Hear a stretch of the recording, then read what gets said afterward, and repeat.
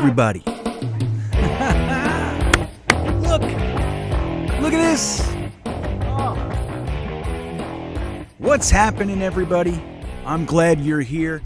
I'm glad I get to take you to this beautiful location. What you're looking at is Arizona. That's where I am right now, and I know it seems like it's super sunny and really hot. Why am I wearing a hoodie and a cap when it's that hot? Because it's cold. I'm actually quite high. You can see there are mountains behind me here, but I am also at an elevated place as well. Here in Cottonwood, Arizona, I'm about 10 minutes, 15 minutes or so from Sedona, Arizona. And I gotta say, guys, it's one of the most beautiful places that I've seen on this trip. As you guys know, I've been on the road for 2 years, and this is a beautiful one, so I couldn't wait to at least give you guys a sampling, a little sampling. As you know, I love to share with you what I'm experiencing and where I'm going, but let's get this started. This is Green Bean right here, as you can see. What would Green Bean do? Well, he'd go to the middle of nowhere and record a podcast for his friends out there in Jets world. This is Green Bean, and you are now watching episode 61 of Green Bean's Jets Pod, the weekly podcast that is available both on YouTube and in audio format wherever you get podcasts, Spotify, Apple, and the rest of them, Podbean, all those places. It's available there for you as well. And I also want to let you know that if you have the opportunity, it is greatly appreciated if you like this video, if you're digging what you're hearing, and if you subscribe to this channel, it helps a great deal. We also have live streams every week. As I said, we have the Green Bean's Jets Pod. Every Monday it's released. And then we have Monday Night Mock, the 10 o'clock mock, every Monday night at 10 p.m. Eastern Time. We have all sorts of different characters come on, and we have, if you can believe this, a democratic vote for each player in a mock. We have different themes and scenarios that we vote on as well. Are we going to trade for someone? Do we get rid of our picks? Do we move up? Do we move back? We plan all that before the mock, and then you get to have just as much say as I do with picking the players, and then we see where we are at the end. We also compare it to how our division rivals did, the Bills, the Pats, and the Dolphins in that draft sim. And that is every Monday night at 10 p.m. Eastern Time. And we also have the Thursday Thick of It with my co-host, Frankie from Flatbush. And we also have Y2K and Jeremy from NFL Chaos and all sorts of different guests on there every single week. That is Thursday night, 8 p.m. Eastern Standard Time, even though I am in Mountain Time right now. It's weird, guys. I have to kind of figure it out and make sure I'm not late. It's not easy. You'd be surprised how quickly you get lost when you're burnt like I am. So, yep, that's what the channel offers you, all sorts of different things. If you would like, if you're interested in some additional content, some exclusive content, and you want to help support this road trip that I'm on so I can continue to bring you Jets coverage and opinion from all over this beautiful country of ours, you can do that by subscribing to my Patreon. It's right in the top of the description of this very video. Just click on that. I have 3 tiers which provide you with all sorts of different exclusive private content and communal time with myself and the other folks that are joined. We call ourselves the Beanbaggers. If you want to be a beanbagger too, go ahead and click that link and get involved, and I greatly appreciate it. So guys, this is a very big, it has been monstrous this week. This week has been insane. Insane. All the stuff going on. We have rumors. We have interviews. We have speculation. We have the combine. So we're going to break that down a little bit. We're not going to do what everybody else does. I hope we're going to try to take some different spins and different avenues to get to the center of this one. And we'll try to get us there and see what it is that we think as a collective about this crazy week. Let's start with Joe Douglas gave an interview. Now, I already made a video for Jetnation.com about the Robert Saleh interview, so I don't want to go too much into that one. But Joe Douglas gave an interview at the Combine. As you know, Joe Douglas is our general manager. He's going into his third draft, his third real offseason, free agency in the draft. So this is going to be an interesting one because, as we know, this will be the first Joe Douglas offseason that he has his hand-selected quarterback. Took him 2 years to get rid of the previous regime's guy. His hand-selected coach. We just saw these guys have their first rookie years simultaneously, and now we're going into the first offseason where Joe Douglas has these players. The quarterback rookie contract window is open. It is ticking, so he needs to try to get this team together sooner rather than later before we have to pay Zach Wilson his $50 million a year or whatever it will be by then. So the first thing that Joe Douglas talked about, he talked about financial flexibility. And this is an interesting one because, look, every coach speak, GM speech, always going to be like, yeah, we want to have financial flexibility. They're always going to talk like that. But he said something interesting in here. He said, I want to be able to strike if I want to. So we want to be able to strike. Now, what does that mean? So he's got to balance his budget. As we know, Jets GMs in the past were not exactly on top of that. They would either blow the doors off with huge contracts like paying a linebacker $5 million more per year than any other linebacker in the league. Not $1 million, not 1.6.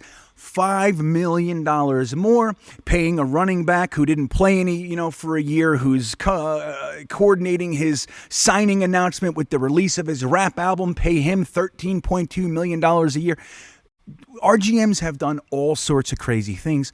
And Joe Douglas has come in, and it can be frustrating for us Jets fans because we're used to certain things. Joe Douglas comes in and he's kind of taking a different approach.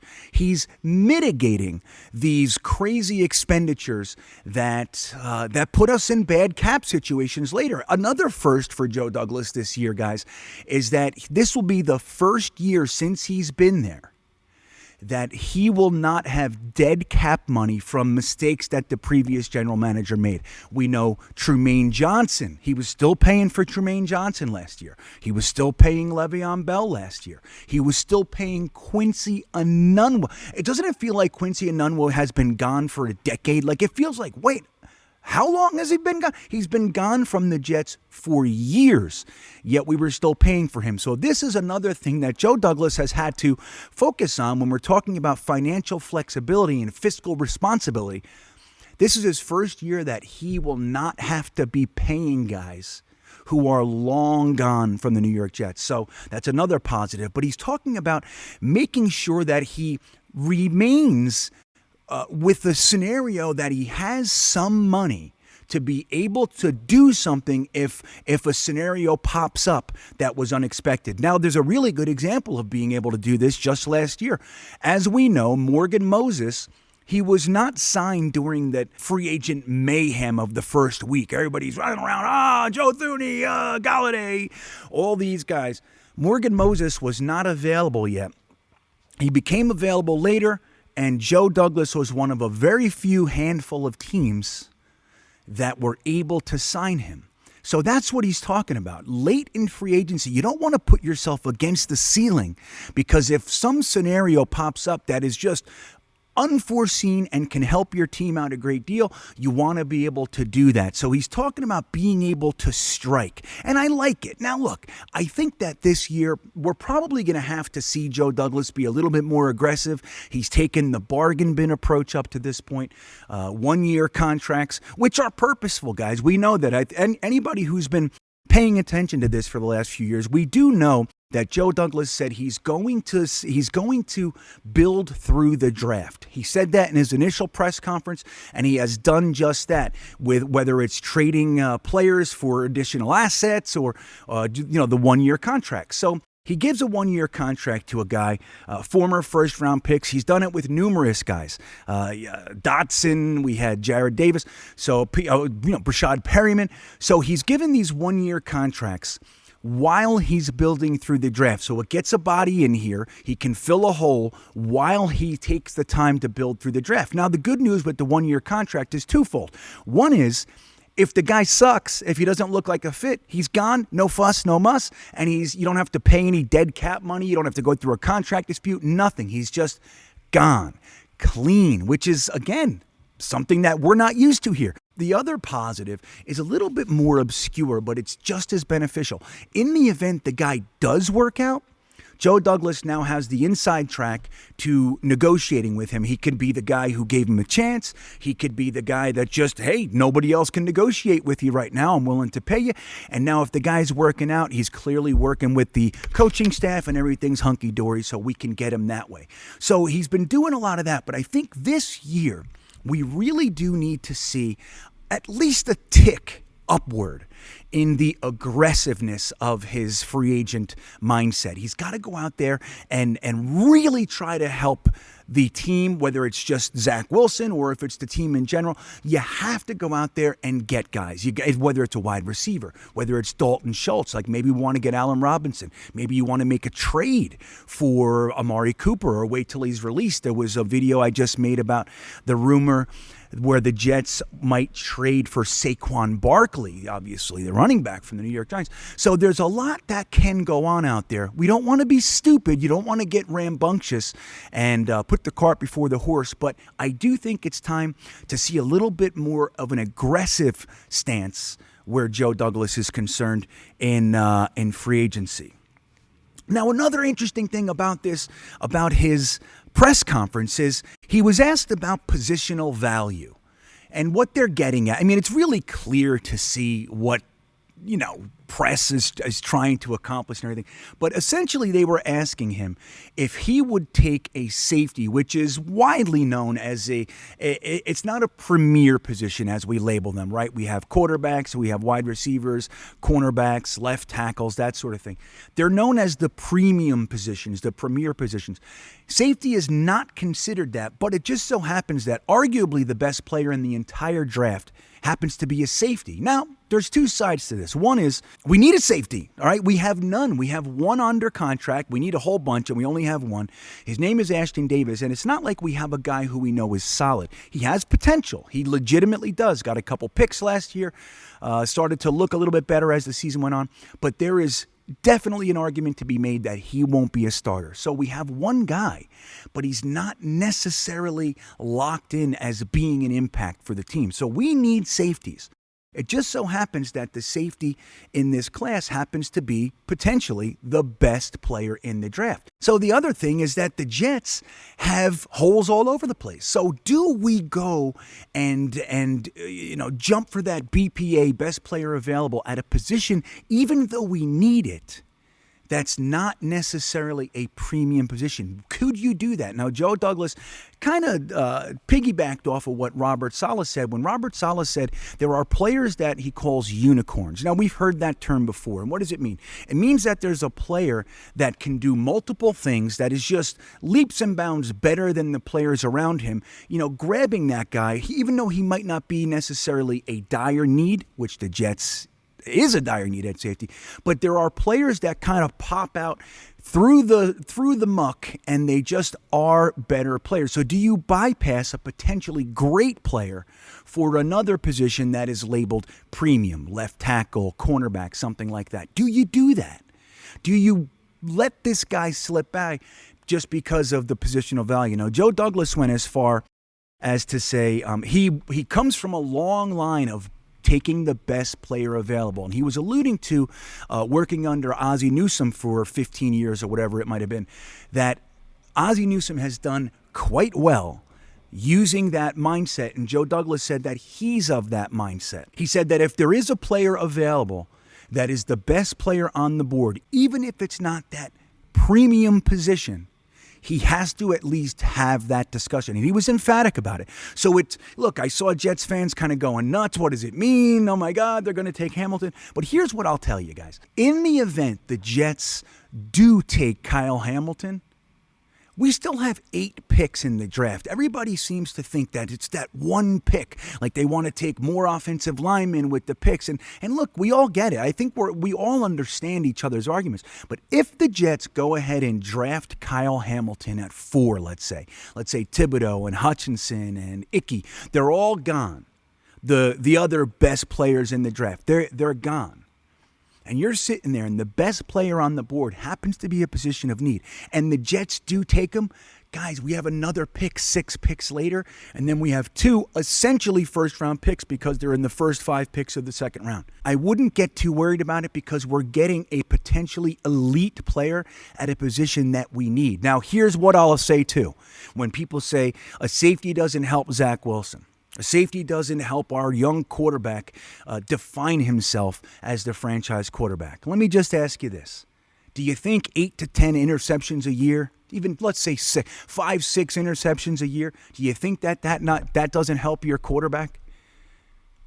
I think it does, and that's the type of stuff that this particular player could add. So I'm not saying that we should or shouldn't. You guys know I'm in favor of drafting him, but it's nice to see Joe Douglas at least having that conversation and saying we're not going to bypass greatness. Potential greatness, of course. We're not going to bypass potential greatness just because everybody thinks that the position isn't a premium position. So it's nice to see that they'll at least consider that. But here's the other side to it, guys. Joe Douglas is very deliberate. He knows how to play this game. So in the event he is alluding to really, like if he's specifically alluding to Kyle Hamilton, not only could it mean that he's considering the player and he's just telling us the way that it is, but he's very purposeful. He might be saying this because Kyle Hamilton is the last guy on his list as far as who he would take with a top 5 pick. We just don't know, and it could be purpose-driven. Don't forget, the Jets are open for business, and that was something that he said next in the press conference. He said basically, hey, we've traded up, we've traded back in the draft. We look at scenarios, we look at situations, and if they benefit the Jets, we are open to that discussion. Remember, that's what pissed off Jamal Adams so much when Joe Douglas said, I answer the phone. I'm not saying that somebody is available for trade or isn't available for trade. He said, if somebody calls, I answer it. And I listen. And again, it's so smart. Now, Jamal Adams got his panties all in a bunch and took all the Jets stuff off of his social media and then didn't even talk to the coach or the GM for a week. All kinds of silly stuff. But that is the truth. Joe Douglas has said on more than one occasion that he's open for business. It doesn't mean I'm going to trade. It doesn't mean I'm not. But it means that if somebody's calling me with an offer, with a deal, I'm going to listen. I might say no, but I'm going to listen. And he alluded to that pretty clearly.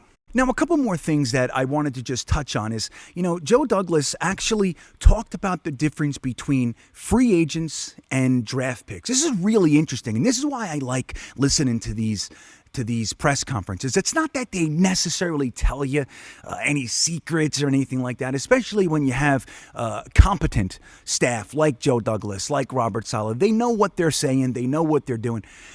But it is interesting sometimes when they talk about just their mindset. Now, he talked about, evaluating pro personnel versus evaluating draft picks. He said there's a lot of volatility in the draft. And when you talk about free agents, guys that have been in the league, it's comparing apples to apples. So you're looking for guys that can play in the NFL. You look at the draft and you think they might be able to. They have the athletic ability. They have the great character. But you still never know what they're going to end up doing in the NFL. When you look at a guy who's been in the league 4 or 5 years, you know exactly what he's going to do in the NFL. Now, they might not work for your team. There's still some volatility there. But he said it's apples to apples. When you're looking at pro personnel, you actually have more of an indicator how they're going to land in the league. So, maybe he did clearly when a player is coming in, he would have already done his evaluation on the player. Obviously, his scouts looked at him and they talked about the player. They didn't draft him, but they might have liked him. Then they get to watch him through his rookie contract for 4 years, and he's able to play in the league. He's able to put up good numbers. He's able to, to hold his own, let's say. So now he's available for free agency. You have so much more intel on a free agent than you do a draft pick. Now, our pro personnel staff, Greg Nemja and his assistant Kevin Murphy, they've been with the Jets a long time. Nemja has actually been with the Jets. This is his 13th year. There they go.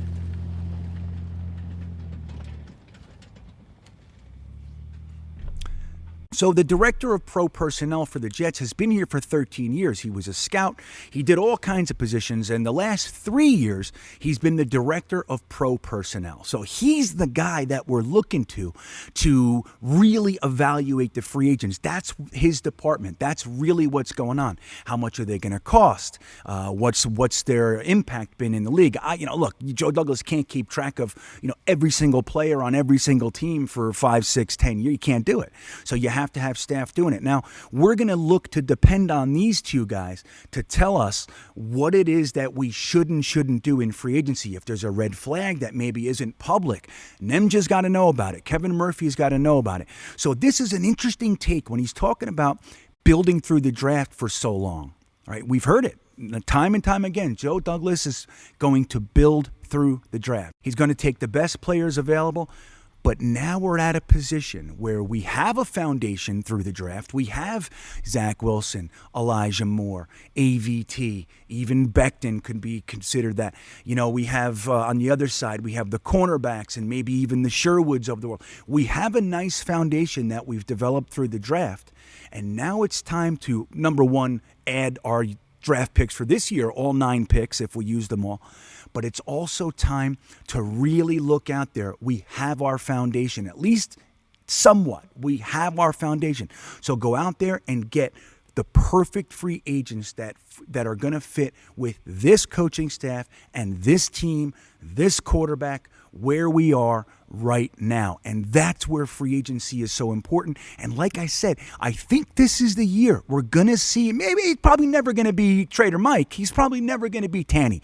At the same time, I think we do see a more aggressive Joe Douglas. If he really wants 1 or 2 guys, let's just say a tight end and a right guard, I think we're going to get him this year. It's not going to be like last year where we all wanted Thuney or Lindsley and we didn't even, we didn't come close to grabbing him. So I think that's really interesting. Now, the other thing that Joe Douglas said is that he talked about Denzel Mims. Now, when you look at the way the coaches talked about Denzel Mims, it feels one way. It feels like, it doesn't mean that he's out or anything, but it feels a certain way. When Joe Douglas talks about Denzel Mims, it has a whole different feel to it. He seems emphatic about his belief in Denzel Mims. He talked about the sickness and the injuries and he just had a terrible year last year. But clearly the guy's got talent, right? Clearly. If he was in this year's combine, think about this. Treylen Burks ran a 4.55 40 and had, I think it was a 32-inch vertical. Correct me if I'm wrong. But people are talking about those numbers knocking him down a few pegs. Now, we'll get into that in a minute. We're going to talk about the combine. But you see, a guy like Treylen Burks, he's 6'2", 6'3", and he runs a 4.55. Denzel Mims in this particular draft class would have, as far as his combine numbers, would be way up there near the top. He ran a 4.38. So let's not forget that. The guy, he had a rough year. A lot of fans are down on him, but it seems like Joe Douglas isn't down on him. He talked about how hard he's working. He said he's in pretty regular communication with him and his agent. He's working his tail off. He's excited to come back. The whole thing. Now, just like what Robert Saleh did with Denzel Mims, he said he's got to earn his job. I think that he did a very similar thing with Denzel. He talked about the need for him to come back in camp and know his stuff, but he also said that he's not the first, second-year wide receiver to have difficulty. So I don't know what it means. Guys, they could be just talking about Denzel Mims and how much they like him because they want to up his trade value just a touch. Because as we know right now, Denzel Mims is probably at an all-time low as far as his value out there in the trade market. Unless you call Matt Rule, who loves Denzel Mims. Maybe you can get Matt Rule to give you some picks again like you did with Sam Darnold. Maybe you can do that. But it was interesting to hear Joe Douglas talk about Denzel Mims. He also dovetailed that with a Berrios conversation, which is really interesting, guys. I mean, a lot of us thought that Berrios would be signed already. Fair enough? A lot of us thought that Berrios would already be under contract, that we were going to make him a priority. It seemed like Joe Douglas still does have him as a priority. Now, he talked about something really, really interesting and important. He said, it's important to reward the guys that do things the right way. And he was talking about Berrios, but obviously that can go into the whole team. But where Berrios is concerned, guys, he said that Berrios does things the right way. He's talented. He's really developed since he's been here for the last few years. And he said that we need to reward. I mean, he might not have used the word reward, but we need to keep the guys that are doing things the right way. So how does that sound? That sounds like Joe Douglas wants Berrios back. Now, the only linchpin in this is, or stick in the spokes, is whether Berrios is really going to ask for $8-9 million, which again, the rumor was it came out of nowhere. I mean, we put a lot of stock in it, but it didn't really have any foundation, that rumor. But at the same time, guys, if he is asking for something like that, I think the Jets would be silly to give it to him. You don't give him $9 million. Now, it's sad. It sucks. You want to reward that guy. And he definitely has a place on this team. He's an asset. But there was a rumor that came out. I don't know if you guys saw it. A little rumor bubbled up, which is that the Bills are allowing Cole Beasley to seek a trade. And the purpose of that was because the Bills are zeroing in on Braxton Berrios to bring him on. He's younger. He plays specials. He's got a very similar game to Cole Beasley. Now, nobody can argue that Cole Beasley has been more successful. But again, Berrios is younger, man. He's just coming up. So that would be heartbreaking. I don't want to see Berrios go to the Pats or the Bills or the Dolphins for that matter. I just don't want to see it. It's no reason to overpay someone. Like, you don't overpay one guy so another guy can't have him. That's just silliness. You don't do that. At the same time, I think overpaying Berrios a little bit, giving him a little bit more than maybe his value is to let him know that you do value him and that you respect him and that you actually want him, I think could go a long way. Now, if you're, let's say we're at $7 million and the Bills are offering $8 million, and you say to Berrios, hey, we can give you 7.5. Maybe in that type of an instance, you can get that hometown discount. Not too much, but it's a little bit less, but it's right in the same ballpark to stay with the team that you've been for the last 3 years and all that jazz. So maybe something like that can happen, but I'm hoping he gets re-signed. I'd hate to see him go to Buffalo. But it was interesting to hear Joe Douglas and how he said it, guys. It wasn't just like, oh, yeah, we want to reward our players. No, he said it very, very specifically. He said, you want to keep and reward the players that do things the right way. It sets a precedent. You can't go out there and pay $15 million for Marcus Williams and then you won't give your guys $6 million. Like, it's just, you can't do that. You have to find that balance. Now, I'm not the guy to do it. Not a numbers guy, but I'm hoping that Joe Douglas can figure that out, him and his team, to be able to reward the guys while still staying in, within your value bubble, still staying in that pocket, but still rewarding guys. If you got to overpay a little bit, just do it. Just do it and keep the team together. Keep the band together, man. It's all for Zach Wilson. The last thing I'll talk about with this press conference is a totally different subject, but I think it's good news. He announced kind of out of nowhere that, hell yeah, by the way, we have chosen to pick up Quinnen Williams' fifth-year option. So there you go. So we know that Quinnen is back. We know that we're going to pay him his fifth-year option, which I believe is just over $10 million. And he also went as far as to say that he's had a couple productive conversations with his agent, which I believe is his wife. Isn't his wife his agent or something like that? So he said he had a few productive conversations about a Quinnen Williams extension, which I think would be good news. Now, Quinnen Williams is a good player. I don't think anybody can say that he's not a good player.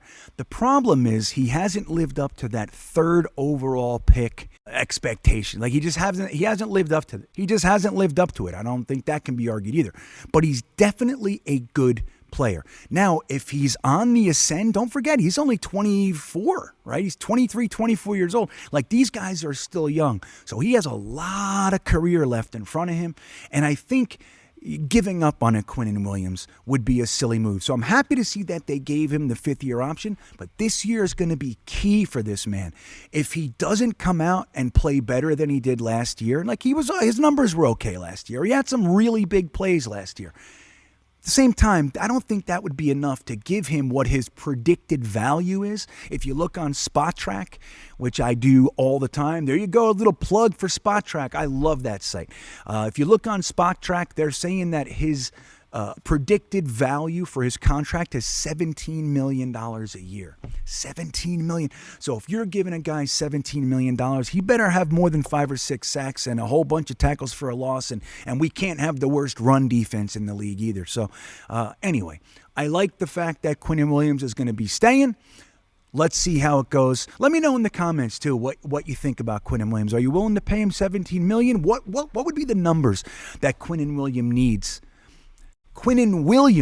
needs to justify $17 million a year? What do you guys think? So let's do this. We're going to talk a little bit of combine action.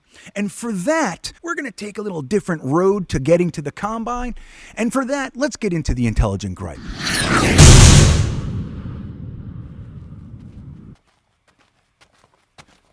Haha! So here we are. We're going to talk about the 2022 NFL Combine. It's exciting, isn't it? I think there are a lot more people watching it this year than in years past. I think every year it kind of increases, but this year it seems like Jetnation is even more passionate about it than in years past. And you want to know how I know? Because I'm getting a lot of DMs and texts and emails and all that stuff from guys that are clearly overreacting to these numbers. Now, I remember when I first started watching it, I would see a 4.34 and I would lose my mind. I would. Or I'd see a guy that I expected to run a 4.3, he runs a 4.48, and I'm like, oh my God, everything I thought about him is an illusion. So I'm seeing a lot of that. I'm receiving a lot of that. Now, I'm really happy that you guys are engaged, the people I'm talking about. It's awesome. It's a lot of fun. I love that fans watch these things like the Combines and Pro Days and the Senior Bowl, because my whole goal out here is to try and help us become a more educated fan base. That's what it is. We can still think with our emotions, right? We can think with our we can still be emotional and rambunctious and passionate and all those things. But underneath everything, at least to some degree, I like when fans have that knowledge base so we can have these discussions that aren't 100% emotional. Give Berrios $10 million. Why? We need him. Like those kinds of things with no real underneath, no support structure. So I like that. But here's something that we'll talk about. A guy like Treylen Burks. Treylen Burks is a guy that a lot of Jets fans are really in favor of drafting. To be completely frank with you guys, he's my wide receiver 1 in this class. So I'm with you. Now, do I want to take him at 10? That's kind of where we start to separate a little bit. But a lot of fans want this guy at 10. They don't want to risk losing him in particular.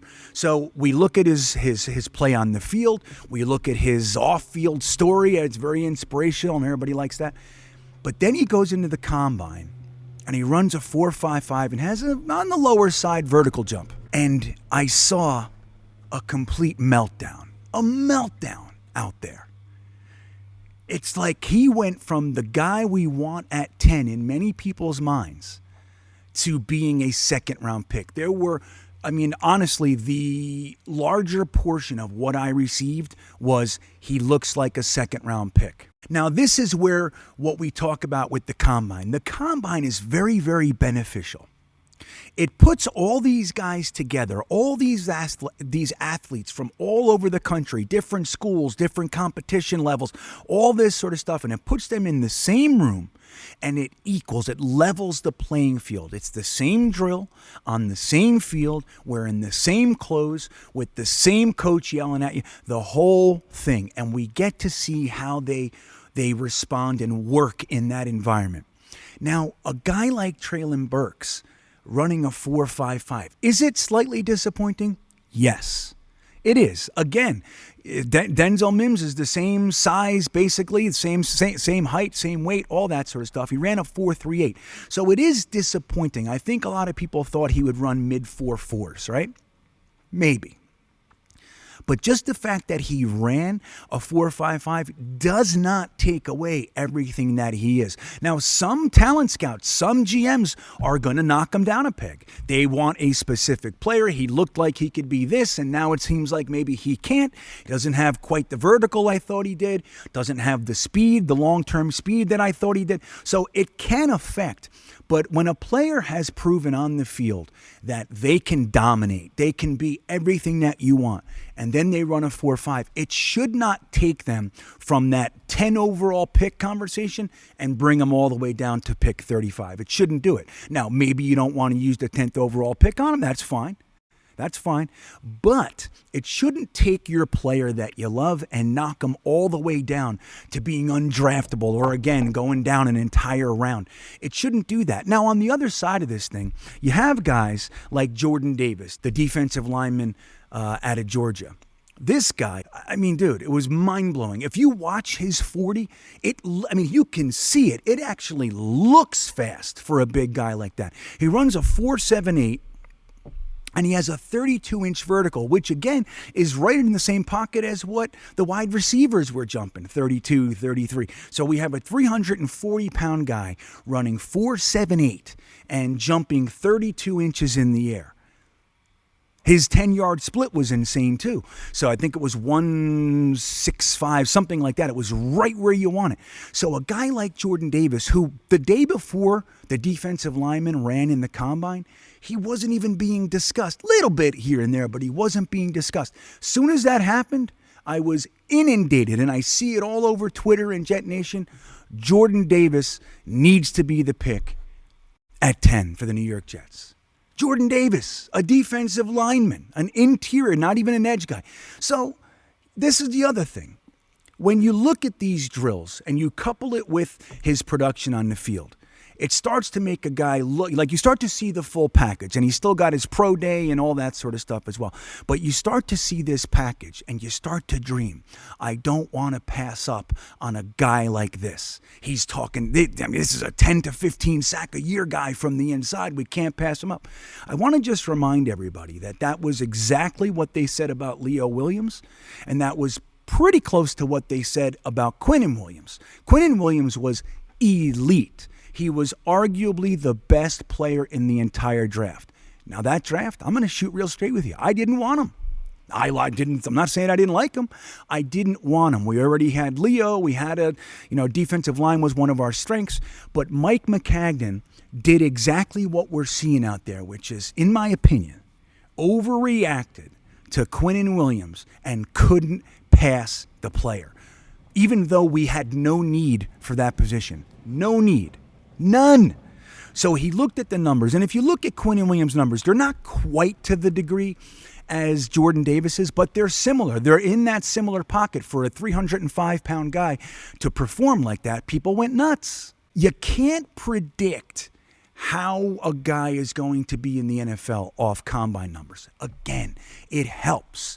But going from a guy who was not on your board in the first round, wasn't even considered, to go all the way up and land at number 10, I think is craziness. And that's what we have to really talk about. Now, look, underneath everything, we're fans, right? We don't get to say shit, and I know that. But still, we're out here, we're passionate, we care, we're learning, we're trying to have intelligent discussions with everybody. So it's important with us. This is what we do. And I love it. And I love that you love it, and I love it too. So again, we don't have any say in the matter, but we can discuss this. And the thing is that we get really upset. We get mad at each other. We get happy, all kinds of crazy stuff. So when you look at a guy that is like Jordan Davis and he comes out of nowhere, now we all knew he was going to be good, but nobody saw a 4.78 coming with a 1.65, I think it was, 10-yard split. Nobody saw that coming. So when that happens, you don't all of a sudden throw your plans into the garbage and take this guy and put him up there at number 1. That's what bad GMs do, and that is how you make tons of mistakes. That's how you never build a real team with no plan. It's the same thing when you look at Aquanu's combine. Aquanu's combine was, it reinforced Anybody who liked that guy, it reinforced everything. Now, a lot of Jets fans were already on the take him if he's there at 4 tip. So that didn't necessarily change. It starts to become an area where you are considering taking a position that you already have manned when you have holes all over the place, and you're really considering taking a position that you already have guys at because of this superior athletic performance at the combine. And you have to be really careful with this stuff because it doesn't necessarily work that way. You don't want to have 3 starting tackles and no linebackers or no safeties or no corner. You don't want to do that. You want to be able to take these premium assets and spread them around your team. 3 first-round picks on the offensive line. I don't know. I mean, if we do it, great, because it shows commitment to the offensive line. It's not the way I think we should do it. But again, when you look at his combine, you're like, dude, this is the guy. You want to hear the truth. I think Icky has passed Neal as the first overall pick. If the Jacksonville Jaguars are going offensive line with their first overall pick, which would be a fantastic move for them, it's what they need to do. If they're going to do that, in my opinion, it's a Kwanu all day, every day. As we know, Neal didn't work out, but he did show up. He looked pretty good. Now, he dropped, 30 pounds or something? 50 or like 25 pounds he dropped. He came in at 336, and he was playing at 360. So he loses 25 pounds. Now, that looks great. His picture was all beautiful. He looked slender and ripped. But how do we know how that's going to translate? I don't know how that's going to translate. The guy we watched on the field was 355, 360. So now we got a guy who's 335. We don't know what that's going to look like. So that's not always the clear-cut positive that you think it is. It probably is. I don't know. But I think that what Kwanu did in the combine is going to push Neal to later in the round. And the truth is, Charles Cross had a good time too. So he might even be passing Neal as well. Now, when we talk about one of the positions that we really do need and we probably are considering with our number 4 pick, at minimum we're considering it, right? And that is edge rusher. An interesting thing happened with the edge rushers in this draft. Number 1, dude, they look like the most athletic edge class I've ever seen. Same thing with the wide receivers. It was like insanity. This class, while it's kind of devoid of those superstar potential talents way up top, the Chase Youngs and the quarterbacks, and it doesn't really have that. But as far as a deep class and an athletic class, this is a pretty good one. And that's an interesting thing for a team like us who has the 4th and 10th overall pick. It's kind of like, oh man, trading back a little bit for somebody who might want to jump up and grab Malik Willis or whoever. That might be the move because the class is a little bit deeper than it is strong, right? So when you look at the edge class, a lot of things happened. A lot took place. Number 1, you had guys like Thibodeau. Thibodeau ran a fantastic 40 at 4.58, and his 10-yard split was exceptional, 1.62 seconds. And if you guys don't know what that 10-yard split is and why it's so important, generally speaking, a defensive lineman or an edge rusher, 99% of the time, they're not going to be chasing somebody down the field for 40 yards. It happens here and there, of course, but that's not the most important thing. What you want to do is see how quickly they cover that first 10 yards, which is what? Where they're working. They're right there on the offensive line. The quarterback is 3 steps, 4 steps, 5 steps right there. That's where he is. So you want to see how quickly can this guy break off his block and cover 5 yards to get to the running back who's coming out. So the 10-yard split is how fast they get from 0 to 10 yards. So it took him 1.62 seconds, which is dead smack in the pocket of where you want to see that, a little bit toward the front end of that, which is positive. So he gets a 1.62 10-yard split, and then he goes and does some bench pressing, and then he quits the drills. Now, I don't know what it means. I know that he said he had a great interview with the Jets and that the Jets are very, very interested. He said that. That's great. But what does it mean that a guy was planning to do the workouts and then midstream decided not to, put his sweatpants on and just said, I'm done? Now, there was all kinds of different reasons for it. He didn't want to warm up again and some other things. But what does that really mean? He already had his interviews, and then he decides, I'm good. All right, let me start with the negative. So here's the negative. The negative is the guy's a selfish player. It reinforces that thought process that he's kind of a me guy, a little bit more towards the, what can the league do for him? These are whispers out there. Now, we don't know how true any of it is, but we hear that sort of stuff about him. And then so you look at this quitting in the middle of the combine thing, and maybe quit's a strong word, but he just decided not to finish. Okay, I don't know if that's different or not, but he decides not to finish the combine. And it could reinforce that thought process. Like this guy, everybody was waiting for him to do the drills. Everybody was looking forward to it, and he just decides not to. Why? Because he didn't want to. That could be construed as selfish. Now, the positive potential is this. Maybe, just maybe, he already had discussions with a team like the Jets. We'll use us as an example. He talks to the Jets, and the Jets were emphatic. If you're at 4, you're not getting past us, so don't even worry about it. Don't go out there and twist your ankle.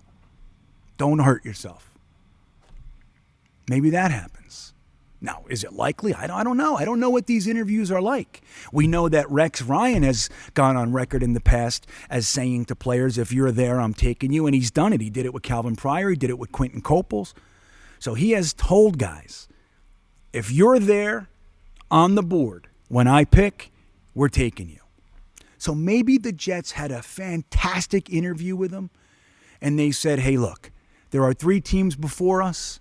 If they take you, good luck. But if you're there on the board at 4, we've already seen enough. We know we love you, and we're taking you at 4. Don't even go out there and twist your ankle, like I said, or tear your knee. Don't do anything. Just stay healthy and sit back. Maybe that happened. I don't know. Does that make it better? Maybe the Jaguars told him already, hey, dude, we're taking you first overall. Don't even sweat it. We're taking you first overall. Don't leak it out, but we're taking you. Maybe with the Jets, he came out of the Jets interview and said, the Jets are extremely interested in me. What does that mean? Right? So maybe that could be the thing with Thibodeau. He already showed you his speed, and it sucks because we were all looking forward to seeing Thibodeau on the Combine. We've been talking about it for months, that he's going to totally destroy the Combine, and we would have all loved to see it. So that's the bummer of it. But he came out of the Jets interview saying they love me, they want me, they're interested in me. So it could mean that. I already know I'm not making it past 4. Why go out there and ruin any, the only thing I can do at this point is lower my stock. I'm already up top. I'm a top 5 pick. Why would I go out there and perform badly? Maybe he does the drills and he slips and falls and looks like he's all confused and discombobulated, and they go, ooh, this guy's he doesn't have quite the coordination I thought he did, and he drops to 21. You know what I mean? So who knows? So there it is. I don't know which side you land. I don't even know which side I land on. But it was interesting. Now, then you have the other side to this thing. We knew guys like Thibodeau and Hutchinson were going to be up top. Hutchinson had a great combine as well, looked beautiful out there. And then there was the rest of the pack. We had the Ojabos, we had the Karloftises, we had the Jermaine Johnsons and Ebiketie and Enigbar. And then we had a guy by name of Trayvon Walker, which is so interesting. I was talking about this maybe 2 weeks ago with someone. I said, isn't it interesting that a lot of pundits and evaluators out there love Trayvon Walker. They have him in the top 3, top 5 of their board for edge rushers. But for some reason, Jets fans are just not cued into this guy. Why? What is it? What is it about Trayvon Walker that has Jets fans not really thinking about him? Well, this is where it all changed. The Combine, the guy lit it up. He had a 4.5 40, right? 4.5 flat, I think it was. He had a 35.5-inch vertical. So all of a sudden, people are literally talking about this guy. 3 days ago, he wasn't even on Jets fans' boards before the second round. Wasn't even there. Jermaine Johnson came up. We have the Karloftis crew. You have the Ojabo lovers. Yeah, they're all there. But the Trayvon Walker group has been quiet and or non-existent. Then the combine comes, and literally, we're talking about him being a top 10 pick. So what does it mean, everybody? What does it mean? Are you willing to bypass Thibodeau to grab Hamilton if you love him? I mean, you know you're not getting another Hamilton. It's just not happening. If you love Hamilton and he's there at 4, more than likely it's going to be your last chance to get him. So maybe you let maybe you let Thibodeau go because you're going to draft Hamilton, all because you love Trayvon Walker and Ojabo just as much as you like Thibodeau. Maybe. What do you think of that? But it's definitely a fascinating scenario with Jets fans. I mean, the whole day I saw Jets fans flip almost 180, whoop, boom, right to the other side. Flip. Trayvon Walker is the guy we want at 10. I even saw people talking about Trayvon Walker being edge 1. Wow. Oh, my goodness. Now, where do I stand on Trayvon Walker? I've said it numerous times. I like Trayvon Walker. Where he is on my list as it stands right now, my edge rusher list goes like this. Aiden Hutchinson, Kayvon Thibodeau, George Karlaftis, Ojabo, Jermaine Johnson, Trayvon Walker. That's where he is. That's where he is. He's 6th on my list. Now, does that mean it won't change? I don't know. So it's crazy. And it's going to be, look, with a guy like Trayvon Walker or Jared Davis or even, on the other side of things, the Treylen Burks of the world, it's going to be interesting to see what happens and to see how all this stuff affects everything. But here's the whole point. The point is the combine should absolutely not take a guy that was not on your board and bring him up top, and it shouldn't take a guy that was at the top and take him off your list. Shouldn't happen unless he's like Ja'Kai Polite and comes in 30 pounds overweight, fat, smelling like booze, you know what I mean? That kind of stuff. Okay, maybe you got a different story here. But again, you shouldn't take a guy that was at the top of your list and bump him down 10 pegs, and you shouldn't take a guy who was somewhere else and bring him up 10 pegs. That's not what the combine is for. The combine is a refining tool. So like who you like, don't like who you don't, and this stuff should already take what you already have compiled and just move guys here or there, a little bit up, a little bit down, go, oh, maybe this guy is, he's from 1B, maybe he's 1A, like that kind of stuff. That's what the combine is for, guys. Don't let the combine ruin your day.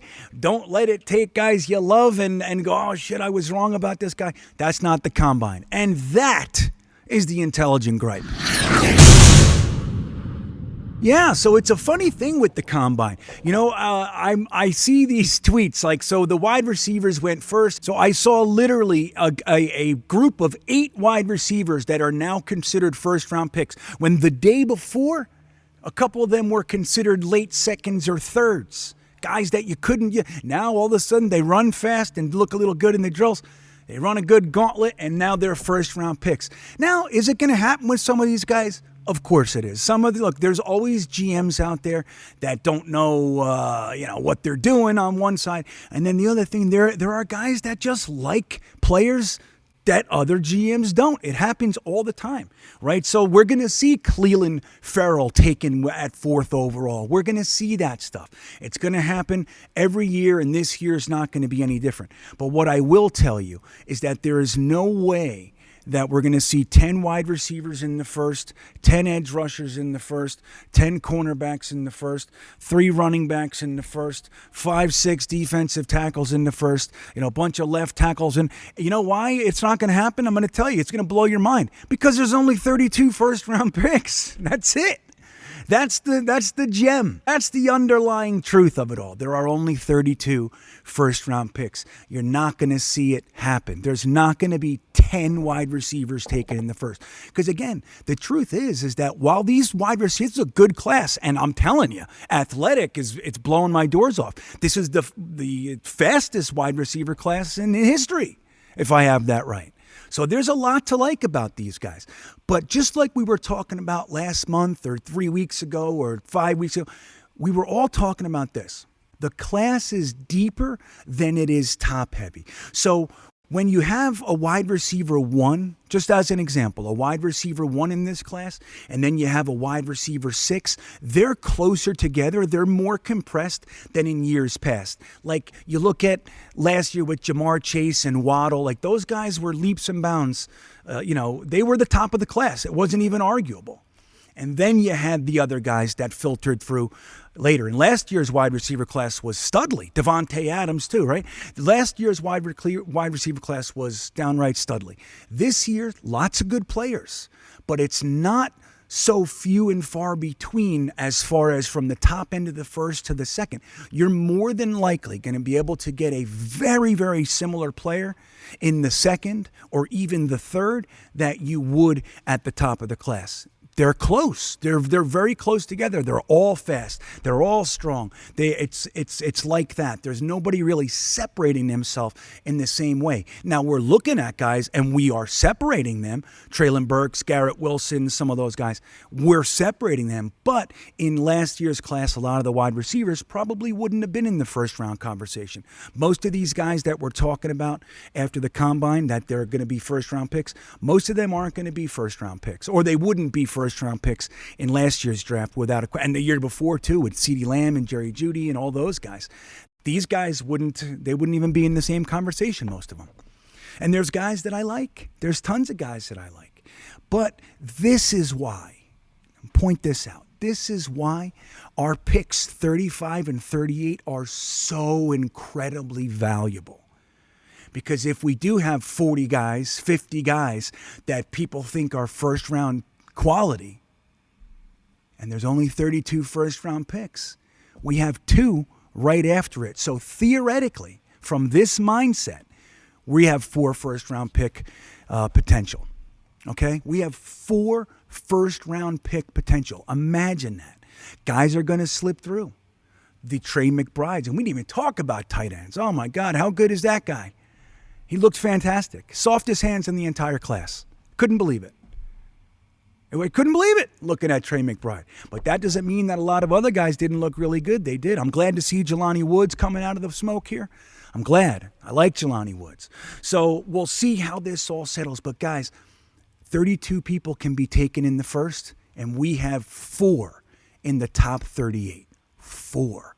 So what do? Are we so willing to trade back into the first and give some of our later picks away? We only have 2 fourths and 2 fifths, right? We don't have a 6th or a 7th. So you're probably giving up something that is equally valuable. Look, with our 4th round pick last year, we got Michael Carter. So do you want to give away Michael Carter to jump up in the first? I don't know. But let me tell you, pick 35 and pick 38 are almost as valuable as pick 10. It's just the way it is, because there are going to be guys that fall through that should absolutely have been first round picks, and they just didn't get taken. They just didn't get taken yet. Well, we're right there with a basket, waiting for the apples to fall off the cart. That's us. Lots of good apples falling over. Be here collecting them. That's us. We're in a great position. So what do you think, guys? Did the combine get you down? Did the combine rile you up? What are you thinking? I hate that I had to record this about an hour before the defensive backs get to run. Oh, I'm going to watch. I'm going to do that as soon as I'm done recording this. And I'm going to be like, shit, I should have recorded this. But it just is what it is. We saw a lot. What did you think of the combine? Are you a big Trayvon Walker fan now? Did Thibodeau piss you off? Where are you with this? What do you think about Joe Douglas and everything he said? This was a huge week for the New York Jets. Huge. We had so much news. We heard Denzel Mims. We had Barrios. We got a 5th-year option for Quinn Williams. We got our coaches talking about unicorns. When's the last time you saw our coach and GM talk about unicorns? It's been a minute. So with that all said, I want to wish you a fantastic day. Do not forget to like this video and hit that subscribe button. It means the world. And if you'd like to help me continue to experience this and bring it to you, Patreon is the way to do it. Go ahead and click that link, get involved, and receive all the additional content that we have going out each week. I'd love to have you in the beanbag, and that'll be a good time. So thanks, everybody. Thanks for watching. You have a great rest of your day, and go Jets.